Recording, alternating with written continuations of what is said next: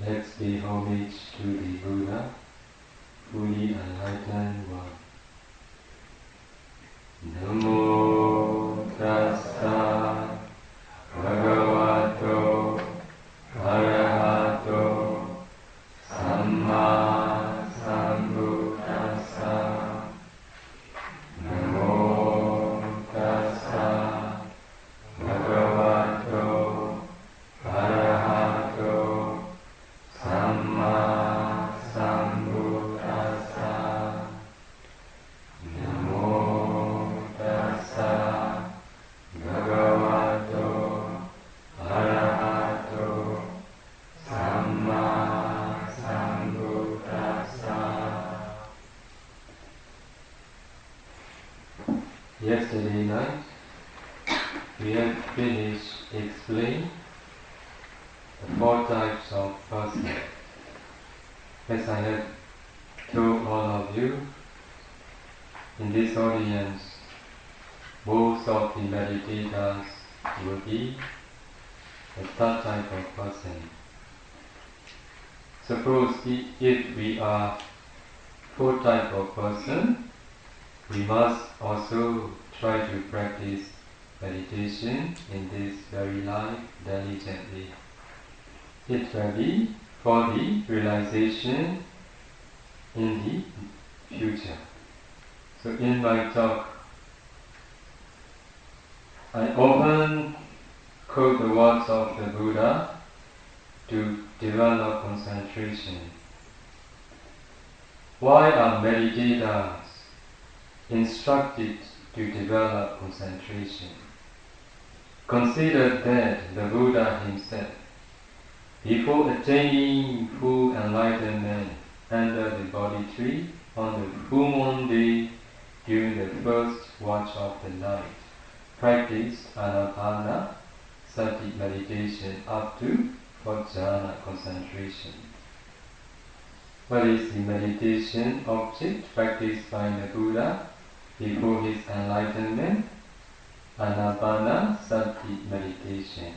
Up to which jhana?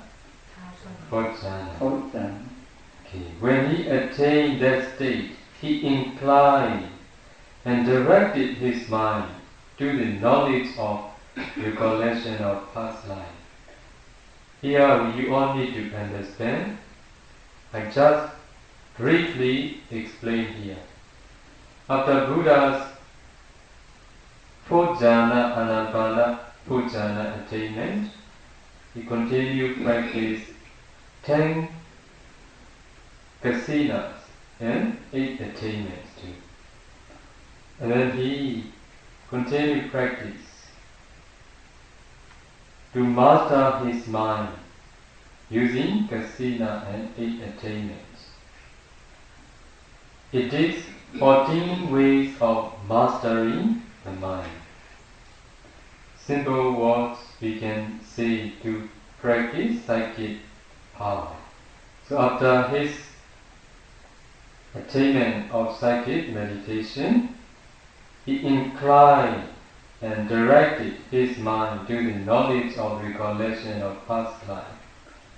So the knowledge of recollection of past life in Pali, Pubbhe Nivasa Nusati Jnana. Pubbhe Nivasa Nusati Jnana. He recollected his innumerable past lives. That is to say, he brought to mind and clearly saw 1 birth, 2 births, 3 births, 4 births, 5 births, 10 births, 20 births, 30 births, 40 births, 50 births, 100 births, 1,000 births, 100,000 births, spinning many eons of world contraction and world expansion. The Buddha recalled detailed specifics of his past life. That is, there he was so named, of such a race, with such an appearance, such was his food, such his experience of pleasure and pain, such the ending of his lifespan is death. Passing away from there, he saw that he will reappear elsewhere. Thus, with its aspects and particulars, the Buddha recollected his innumerable past lives. He saw uncountable times when he had been born and died.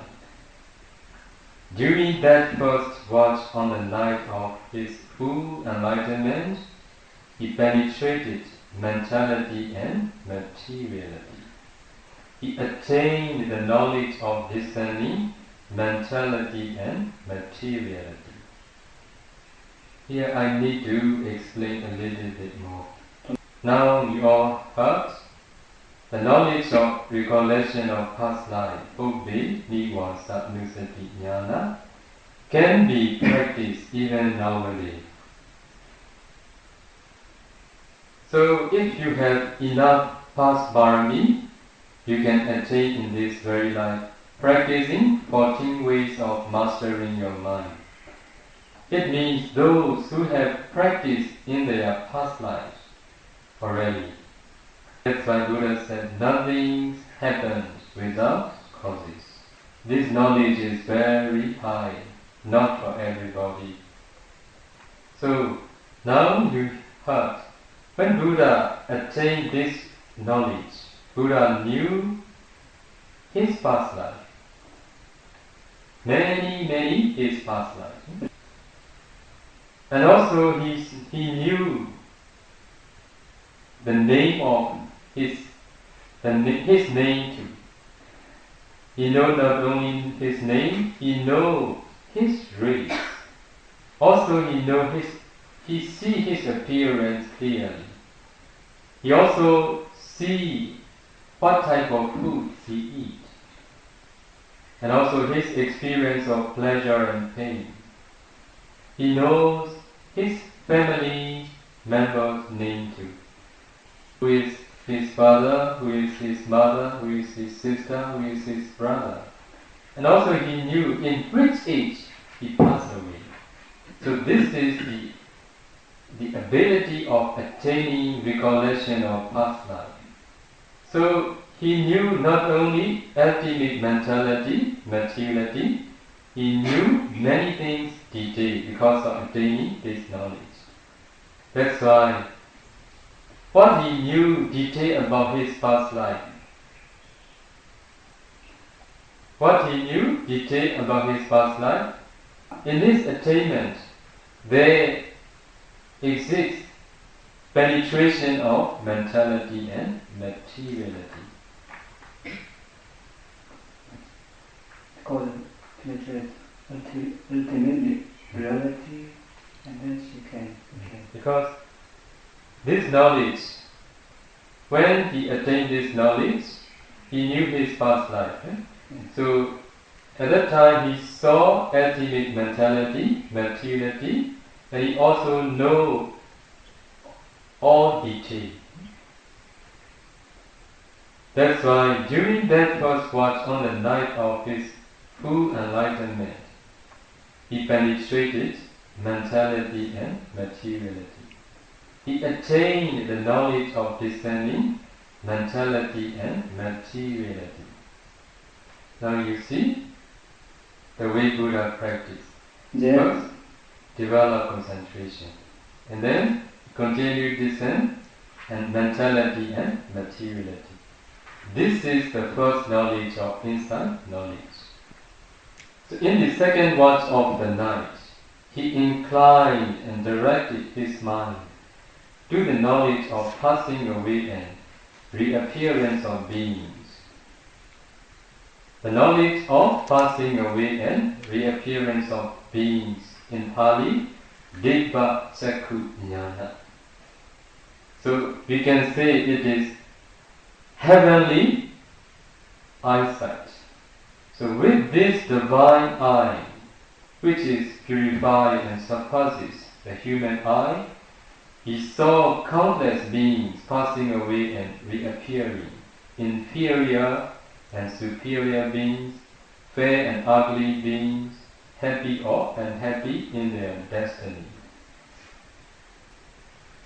He understood that beings reap according to their deeds, and worthy beings who were ill-behaved in body, speech and mind, beings who were revilers of noble ones, wrong in their views, who acquire karma due to wrong views, suffer on the breakup of the body after death, and appear in a state of loss, in an unhappy destiny in hell. Now you have unworthy beings. Who are unworthy beings? Who were ill-behaved in body, speech and mind. Beings who were revilers of noble ones. Beings with wrong in their views, who acquire karma due to wrong views. Do you understand who with wrong in their views? Those who don't understand and who don't accept law of karma. Because of this reason, they acquire karma due to wrong views. So they commit unwholesome deeds due to wrong views. Because of unwholesome actions, these unworthy beings, on the breakup of the body after death, reappear in hell. But worthy beings who are well behaved in body, speech and mind, who are not revilers of noble ones, who are right in their views, who acquire karma due to right view, do not suffer on the breakup of the body after death. These beings appear in a happy destiny in the heavenly world. Thus with his divine eye, the Buddha saw beings passing away and reappearing, inferior and superior beings, fair and ugly beings, happy or unhappy in their destiny. He understood that beings reap according to their deeds. He perceived with his divine eye the knowledge of how beings are born and die. The Pali word for this is Chutupa Pada Jnana, the knowledge of birth and death. Chutupa Pada Jnana. Chutupa Pada Jnana. Okay, I will repeat again. Chutupa Pada Jnana. How to pronounce? Chutupa Pada Jnana. 7. Chutupa Pada Jnana.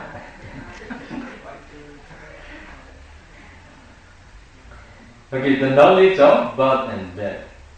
When the Buddha focused on exactly how beings are born in happy or woeful states, he attained the knowledge of discerning cause and effect, Paccaya Kriga Jnana.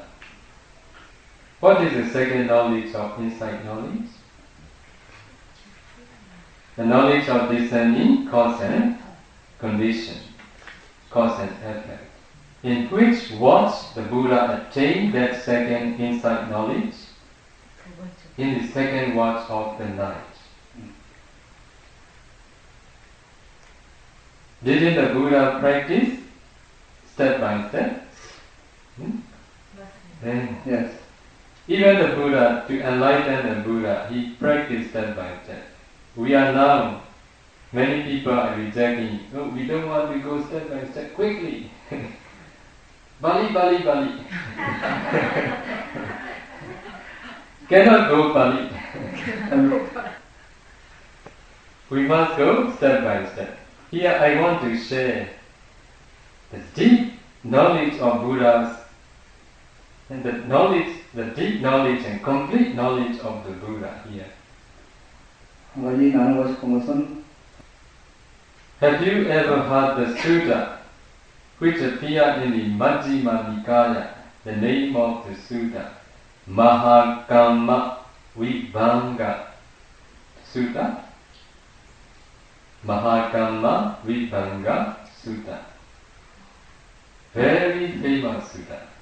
Okay, now I will make all of you know. This is related to karma and its result. We all need to know. Only then you will understand how karma generates or how karma gives results at the end. This famous sutta shows some of the complexities of karma and its results, beginning with a strange view expressed by a confused wanderer and a confused answer given by a bhikkhu.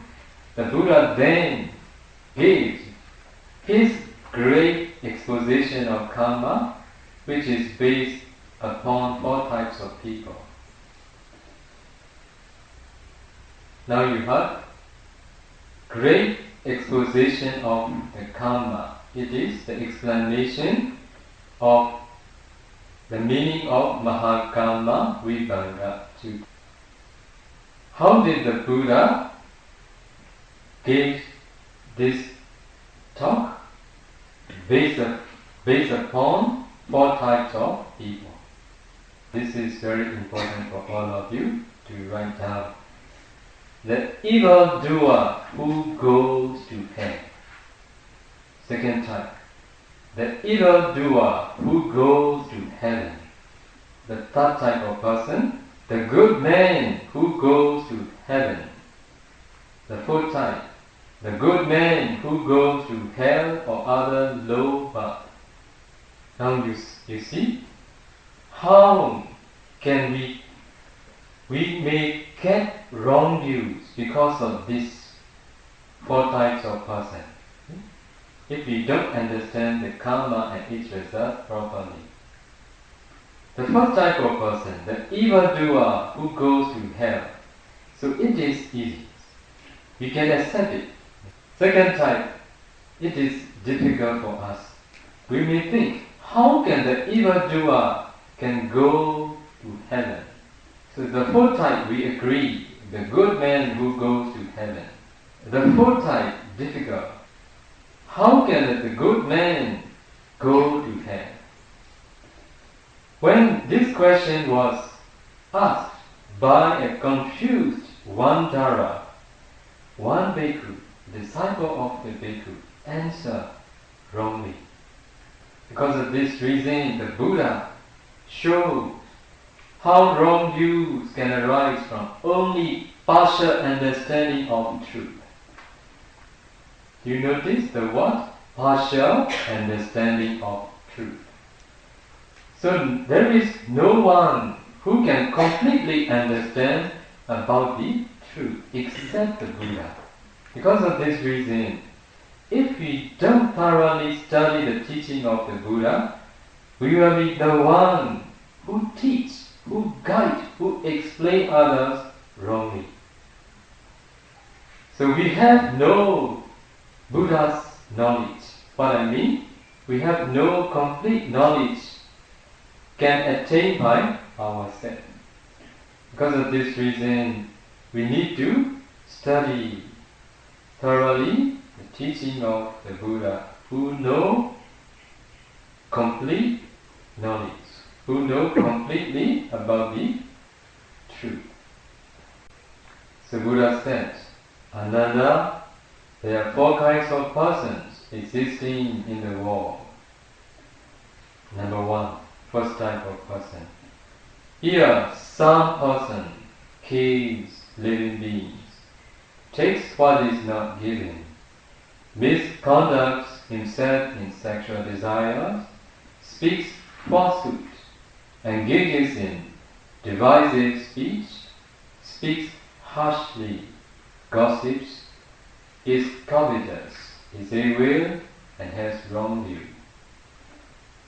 The Buddha continued, on the dissolution of the body after death, he reappears in an unhappy destination in hell. This is the first type of person. The second type of person, the one who does all the unwholesome actions that I have already explained.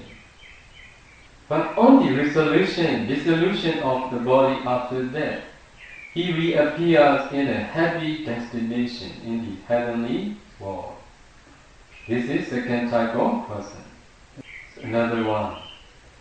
Here some person abstains from killing living beings, from taking what is not given, from misconduct in sexual desires, from false speech, from divisive speech, from harsh speech, from gossip, is not covetous, is not ill will, and has right views. We can see the one who does bodily right actions, verbally right actions, mentally right actions. On the dissolution of the body after death, he reappears in a happy destination in the heavenly world. This is the third type of person. The last one. But here, some person who abstains from all the unwholesome deeds that I have mentioned before, on the dissolution of the body after death, he reappears in an unhappy destination in hell. So the one who does wholesome deeds fall to the four woeful states. How to do? Better to be evildoer who goes to heaven, or better to be the one who do good fall to the hell? How to do? It's just see only one life. Eh? Because just see only one life. So now the Buddha continues. Here Ananda, as a result of diligence and right attention, some monk or Brahmin attains such concentration of mind that when his mind is concentrated, he sees with the heavenly eyesight, which is purified and surpass the human. That some person surpass the human. Here we should stop here first. So this is the one who is a monk or Brahmin who attains heavenly eyesight. He saw some person kills living beings here, takes what is not given, misconducts himself in sexual desires, speaks falsehood, engages in divisive speech, speaks harshly, gossips, is covetous, is ill-willed, has wrong view. So he sees that on the dissolution of the body after death, he has reappeared in an unhappy destination in hell. So at that time, the monk or the Brahmin who attained heavenly eyesight says, it seems that there are evil karmas and that there is the result of misconduct. Because he sees the evildoer goes to hell. So because of this knowledge, he says, it seems that the evildoer will always, on the dissolution of the body after death, reappear in an unhappy destination in hell. Please use the important words. Will always reappear in an unhappy destination in hell. This is partial understanding. So That person said, those who know in this way know rightly. Those who know otherwise are wrong. So he determinedly misapprehends what he himself has known, seen and felt. Insisting on that alone, he says, only this is true, anything else is wrong. So there also a monk or Brahmin who attains heavenly eyesight. He saw the evildoer after his death reappear in the heavenly world. So he says, it seems there are no evil karmas. There is no result of misconduct. Because he sees the evildoer goes to heaven. That's why he says, it seems that the one who do evil deeds on the dissolution of the body after death reappear in a happy destination in the heavenly world. And he said, those who know in this way know rightly. Those who know otherwise are wrong. So he determinedly misapprehends what he himself has known, seen and felt. Insisting on that alone, he says, only this is true, anything else is wrong. Do you believe at the Buddha time, before Buddha appear, after Buddha appear, there is one religious teacher who teaches? There is no result of evil deeds. There is no results of good deeds. Whatever you want to do in this very life. So, before Buddha appear, after Buddha appear in India, there is a religious teacher. He taught people, there is no result of bad deeds. There is also no good results of good deeds.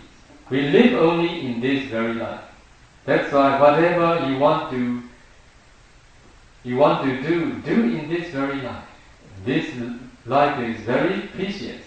So those who are very stupid and foolish person approach that teacher. A lot of people there. Who is more? The wise and the fools. So because of that, now you see unreasonable teaching. But many foolish persons are gathering there, a lot of persons there. Because they have already committed many unwholesome karma that when they heard, there is no results of unwholesome deeds, they are very happy. There is no new existence. This is the only one life that we can live. Whether, however we want to experience happiness, good or bad, it doesn't matter. Just do whatever we like. That's why we can understand even the teaching is wrong. People like those type of wrong teachings too. So another one. So the monk of Brahmin who attains heavenly eyesight, he saw someone who abstains from killing. So briefly we will see the one who is good person, who do good deeds. On the dissolution of the body after death, he reappear in a happy destination in the heavenly world. He says, it seems that there are good karmas and there is result of good karma. Because he sees good person after death goes to the heavenly world. So he says, it seems that one who do goods reappear in the heavenly world. And he said, those who know in this way know rightly, those who know otherwise are wrong.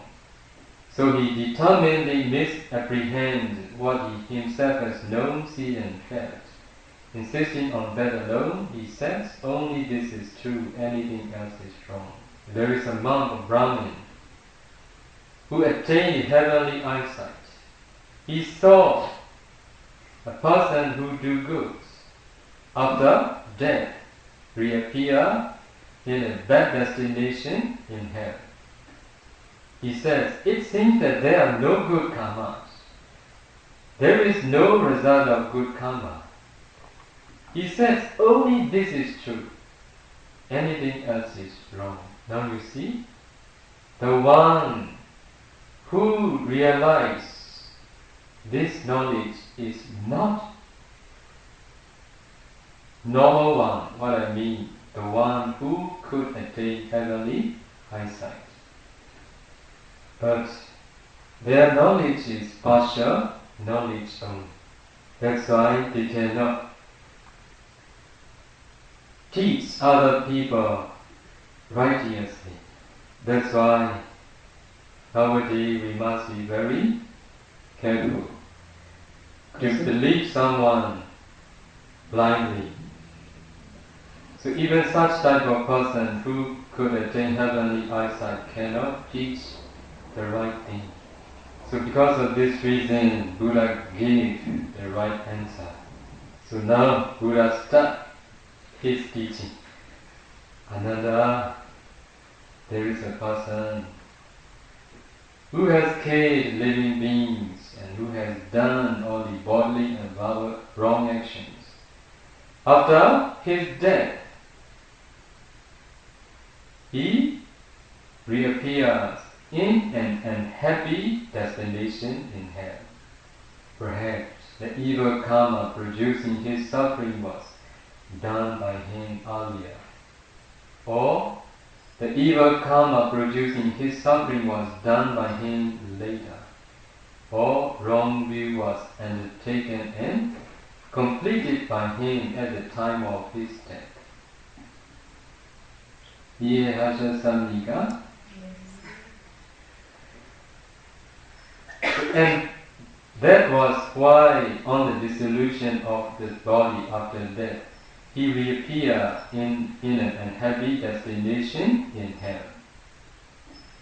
But since he has killed living beings and he had done bodily, verbally and mental wrong actions, he will feel the result of that here and now, or in his next rebirth, or in some subsequent existence.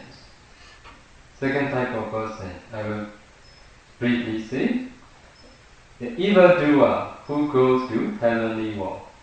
So the Buddha said, perhaps the good karma producing his happiness was done by him earlier, or the good karma producing his happiness was done by him later, or right view was undertaken and completed by him at the time of his death. And that was why on the dissolution of the body after death, he reappeared in a happy destination in the heavenly world. But since he has done bodily, verbally and mentally wrong actions, he will feel the result of that here and now, or in his next rebirth, or in some subsequent existence. Do you get the meaning? The third type, the good person who goes to hell. The good person goes to heaven. Perhaps, Buddha said, the good karma producing his happiness was done by him earlier, or the good karma producing his happiness was done by him later, or right view was undertaken and completed by him at the time of his death. And that was why on the dissolution of the body after death, he reappeared in a happy destination in the heavenly world. Since he has abstained from killing living beings and abstaining from bodily, verbal and mental wrong actions, he will feel the result of that here and now, or in his next rebirth, or in some subsequent existence. So the fourth type of person, good person who goes to hell.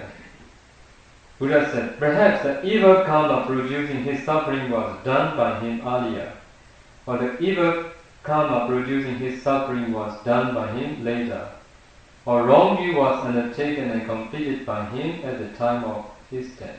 That's why on the dissolution of the body after death, he reappear in an unhappy destination in hell. But his good deeds will give results here and now, or in this next rebirth, in some subsequent existence. This is the complete understanding of the omniscient Buddha. Whose teaching do we need to study? Buddha. The omniscient Buddha's teaching only. You can see complete teaching only in the teaching of the Buddha. Remember the best books? Which is the best book? Your book? Not only Anguttara Nikaya. There are 5 Nikaya. You must read all 5 Nikayas. Anguttara Nikaya, Digha Nikaya, Majjhima Nikaya, Samyutta Nikaya, Khuddaka Nikaya. This is 5 Nikaya. I told you on that day to read Anguttara Nikaya. It is to start. They also Abhidhamma, they also discipline Vinaya. So when you are going to read 5 Nikaya, you need the knowledge of Abhidhamma. Because in the 5 Nikaya, Buddha explained simply, without putting the Abhidhamma knowledge there. Abhidhamma knowledge is, and there is a boat, which there is behind, which guides the boat. And there is a boat or ship. There is behind, which can direct the direction. The pedal, key. Manual? No manual. There is but this is pedal. Not pedal, the behind part, someone control the boat.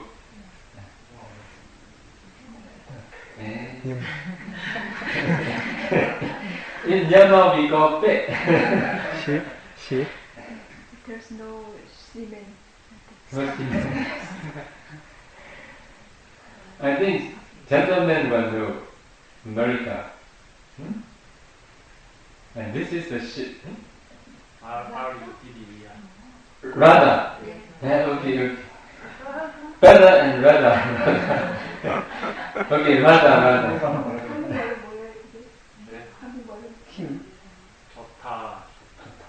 Okay, Radha. Okay, good. Kamsahamnida. The Abhidhamma knowledge is like a Radha. So it guides our knowledge to be proper, to be right, to understand righteously. Those, I have some disciples, those who have read 5 Nikayas as much as they can, at that time they understand something. I should say, they understand the way they are. But later, they study the Abhidhamma. Every time they read again, their understanding changes. Their understanding becomes right and deep. There is also a Korean translation book of Abhidhamma. You all should study. This is supreme teaching of the Buddha. The highest teaching of the Buddha, Abhidhamma, is the best book. Now I am giving suggestion how to live in life. Not only for how to live, but also how to die. If you know the Abhidhamma knowledge deeply, you know how to live your life. Only then we will understand the teaching of the Buddha more thoroughly. we have no much time to read good books. Even if you read the best books, I think you may or you may not finish in this very life. In our country, some bhikkhus, they make a schedule to read all the teaching of the Buddha every day. They make a schedule. I will read this, and this way they try. If by doing so, sure, in the future, in one of future life, you will realize Nibbana, you can make an end of suffering, you can free from all suffering. Now, I am explaining more of the knowledge of the Buddha. When knowledge of the Buddha attained by our Buddha after practicing cause and effect. What is that knowledge? The knowledge of discerning cause and effect. The second knowledge of the insight meditation. It is the knowledge that he attained in the second watch of the night. Did he become Buddha? Not yet. Still Bodhisattva. So even the Buddha gained the knowledge of cause and effect. Buddha not yet still Buddha. Buddha doesn't attain path and fruition knowledge. Bodhisattva, not Buddha. So, without attaining such knowledge, is someone attain path and fruition knowledge possible? And you?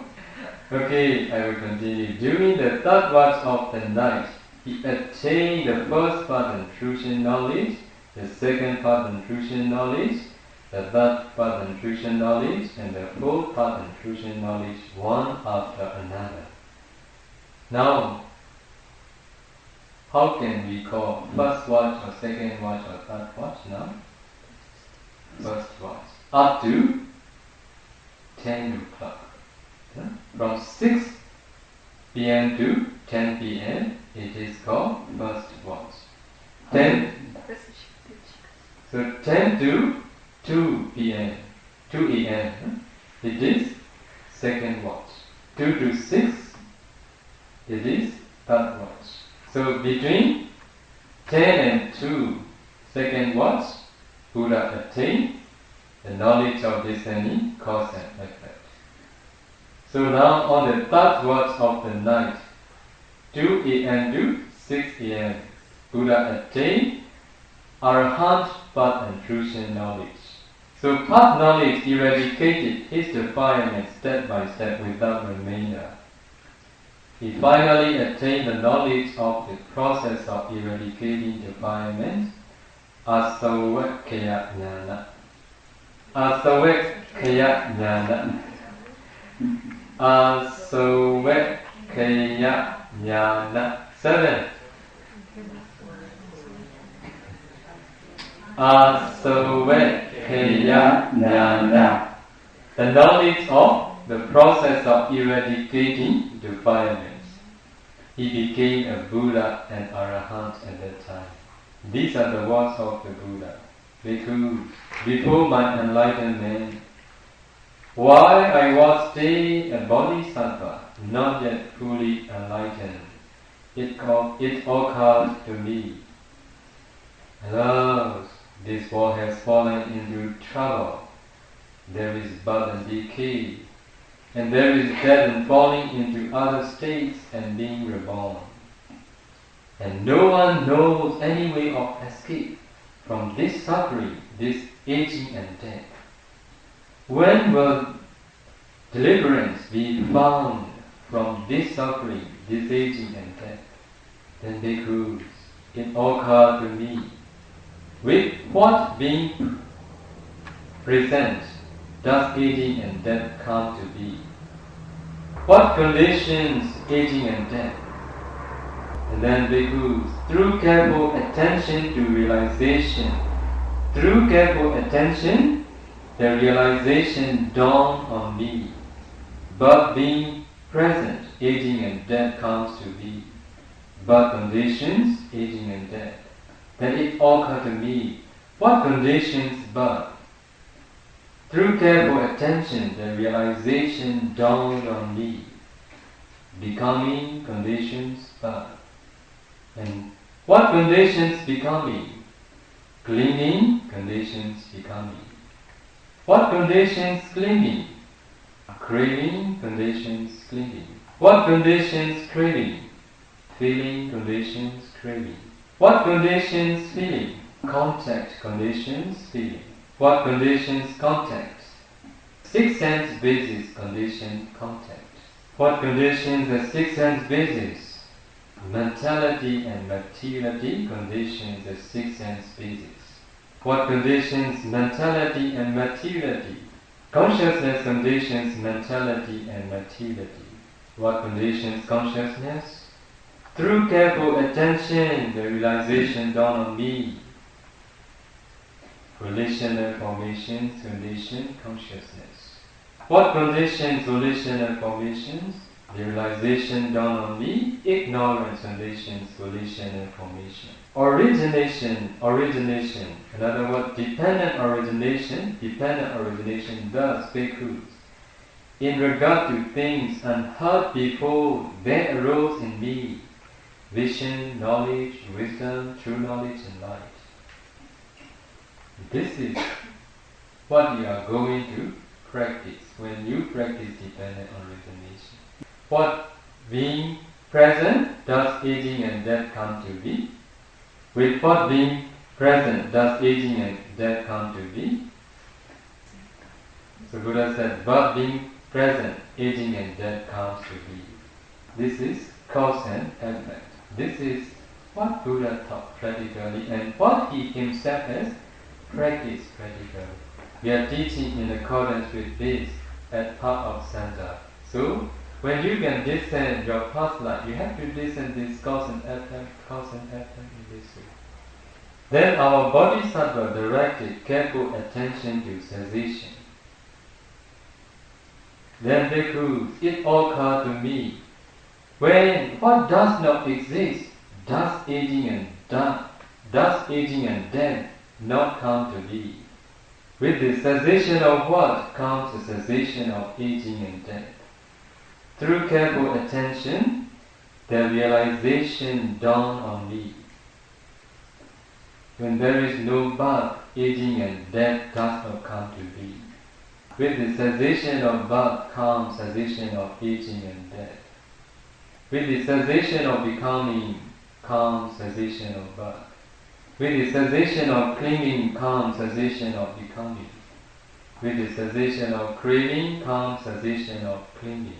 With the cessation of feeling comes cessation of craving. With the cessation of contact comes cessation of feeling.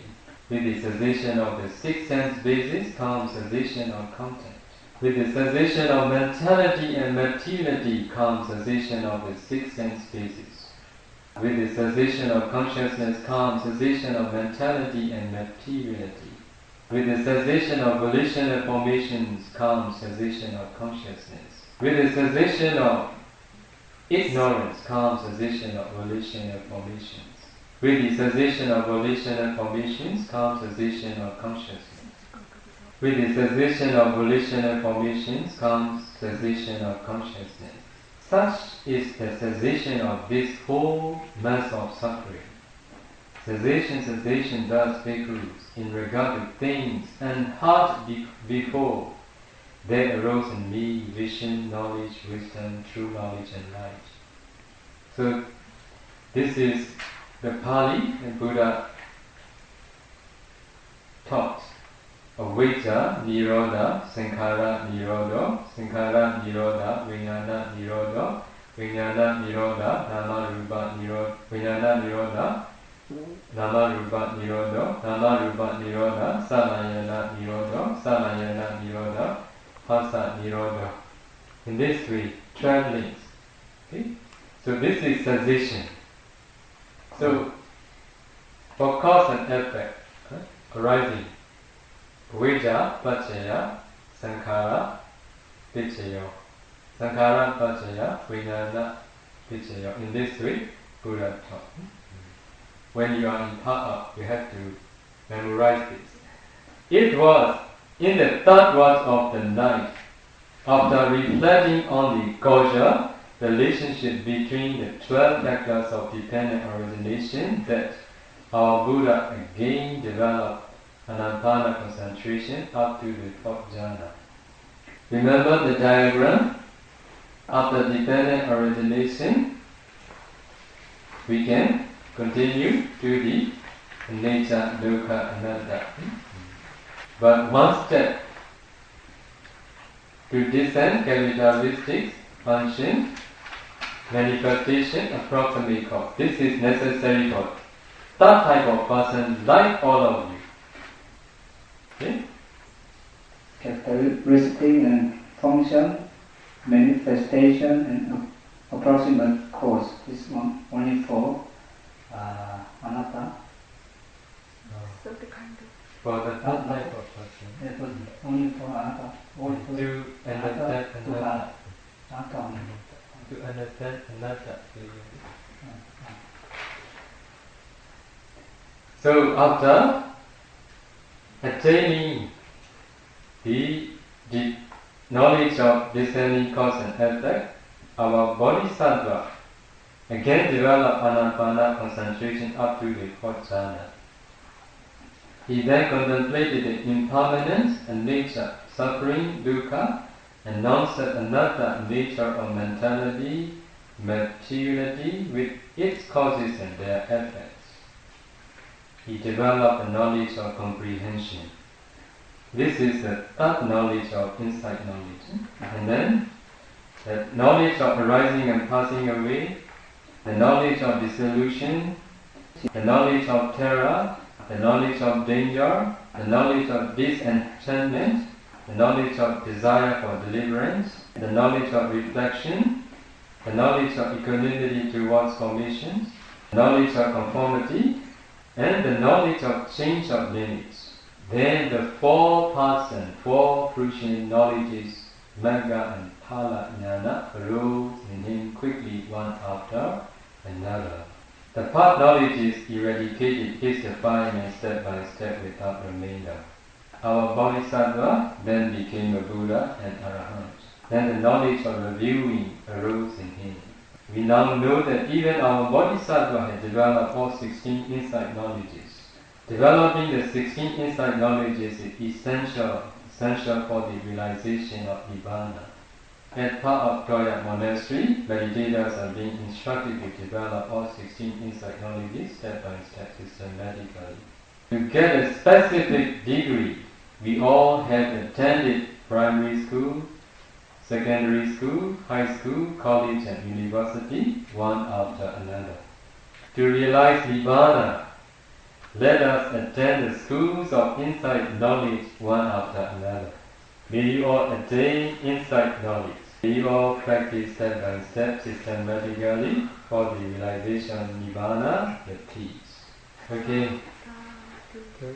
Sadhu, sadhu. Sadhu is very low. Okay. After finish the talk, you must say sadhu, sadhu, sadhu.